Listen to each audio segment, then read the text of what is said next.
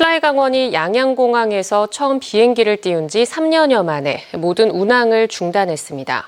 이르면 내일쯤 법원에 기업 회생을 신청할 것으로 보이는데요. 플라이강원이 이렇게 추락할 수밖에 없었던 이유를 이준호 기자가 취재했습니다. 불이 꺼진 양양공항의 탑승 수속장, 텅 빈 발권 부스엔 양양 제주행 운항 중단 안내문이 내걸렸습니다. 지난 2019년 10월 첫 비행기를 띄운 지 3년 7개월 만에 플라이강원의 모든 운항이 중단됐습니다. 플라이강원이 밝힌 법인 설립 이후 총 결손의 규모는 1,300억 원대. 대주주 등이 700억 원 넘는 자금을 추가로 투입했지만 결국 기업 회생 신청을 막지 못했습니다. 플라이강원이 추락한 가장 큰 이유는 3년 넘게 이어진 코로나 때문입니다. 동남아를 비롯한 해외 탑승객을 적극적으로 유치하려던 노력은 수포로 돌아갔습니다. 양양에서 국제선이 활발하게 다니고 외래 관광객이 좀 활발하게 들어왔으면 좋은데 사실상 우리가 상업운항 하자마자 코로나가 왔잖아요. 강원도를 찾은 해외 관광객은 코로나19 직전 연간 295만 명에서 지난해 기준 19만 명대로 곤두박질 쳤습니다.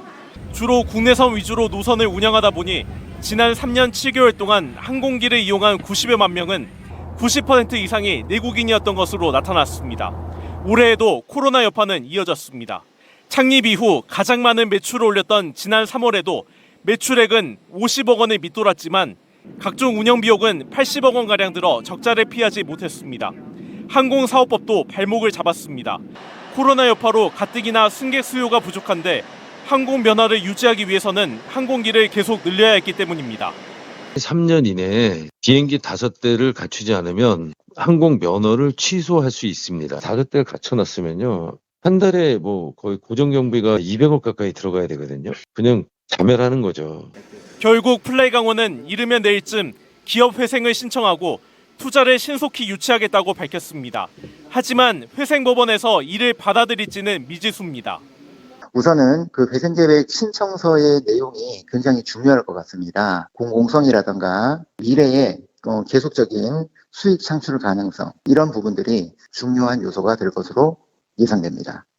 회생 신청의 결과는 아직 시기를 알 수 없는 가운데 강원도는 회생 신청 결과에 촉각을 곤두세우며 양양공항 활성화를 위한 대책을 마련하기로 했습니다. MBC 뉴스 이준호입니다.